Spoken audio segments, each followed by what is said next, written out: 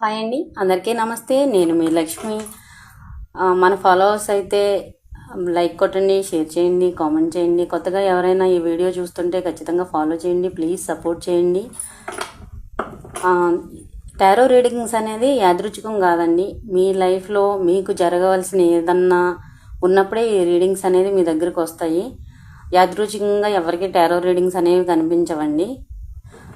మీ person ఎవరైతే ఉన్నారో, మీ crush, మీ love, మీ relation, మీ wife, మీ husband ఎవరైతే ఉన్నారో వాళ్ళు అసలు మీ పట్ల ఎందుకు అంటే ఫస్ట్లో వాళ్ళు చాలా ప్రేమగా ఉండి ఇప్పుడు ఎందుకు వాళ్ళు అట్లా బిహేవ్ చేస్తున్నారు, మీరు వద్దు, మీరు వెళ్ళిపోండి, నా లైఫ్లో వద్దు అన్నట్టు ఎందుకు వాళ్ళు అంటున్నారు మనం చూద్దామండి వాళ్ళ ఫీలింగ్స్ ఎలా ఉన్నాయి అనేది.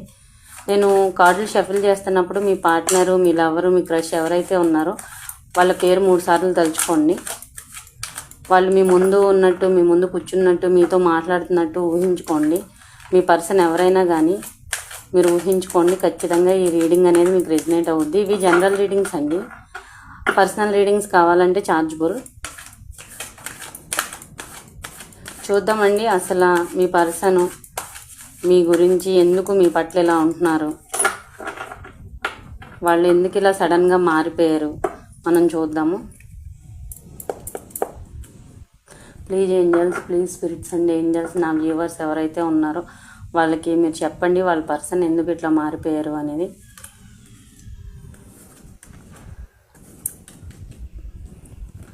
వాళ్ళు ఏంటంటే మీ రిలేషన్ అయిపోయింది, మీ రిలేషన్లో చాలా గొడవలు అనేది జరిగినాయండి. ఈ రిలేషన్ ఇంకా నాకు వద్దు, ఇది అయిపోయింది, ఇక్కడితో ముగిసిపోయింది అని అనుకుంటున్నారు.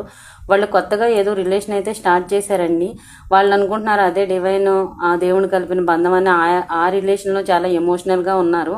కానీ వాళ్ళు ఏంటంటే మిమ్మల్ని చూస్ చేసుకోవాలా, వాళ్ళని చూస్ చేసుకోవాలా అని చెప్పి క్రాస్ రోడ్లో ఉండిపోయారు. అంటే మీ రిలేషన్ అయిపోయింది అని అనుకుంటున్నారు కానీ మిమ్మల్ని వదలలేకపోతున్నారు. వాళ్ళ లైఫ్లో ఎవరో కొత్తగా అయితే వచ్చారండి. అందుకని మీ మధ్యన ఇలాంటి డిస్టర్బెన్సెస్ అనేవి జరుగుతున్నాయి.